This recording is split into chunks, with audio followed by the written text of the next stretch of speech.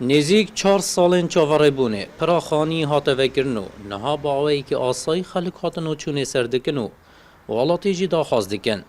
او کسیم بوینا صدام هدردان مال گشتی بگهنه سزاین خواه خودی حقی و شعبی و تعبی همش مهندسی بستیند نزانی و خواه پیکری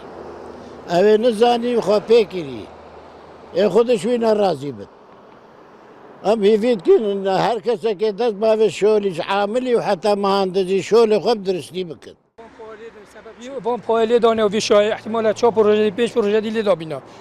سبب چیه؟ سه حساب و شعب هرد عالم میکنه عالم اشقه دامه سبب چیه؟ رب العالمين يا قوتي شي إنسان يدر صاغبت أتقلوي ما إن شاء الله خذيت قلوا أبدا أما ممنوني شوا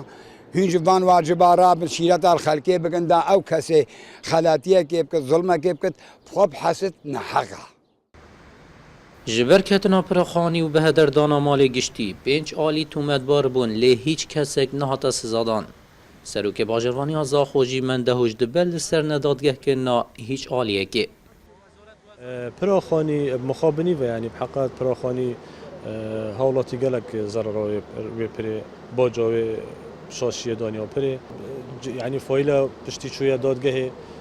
کو کس تانبار بنبیه و تشتکی غریبه یعنی راستی بود پراخانی او چیروکا 4 سالا کشای لدست پی که نزیکی 3 میلیون دلار هاتو بو دست نشان کرن لی جبر شاشیه که جاره که هاتو بو خراب کرن و پشرا نزیکی 7 میلیون دلار دن بو هاتن خرج کرن هیا کو بدای هاتی پراخانی هند ریجو پرکیشه بو او ساتا تمام بو اکثر هات فکرنی بیکو هیچ بالا دست اکل ویدری آماده بتو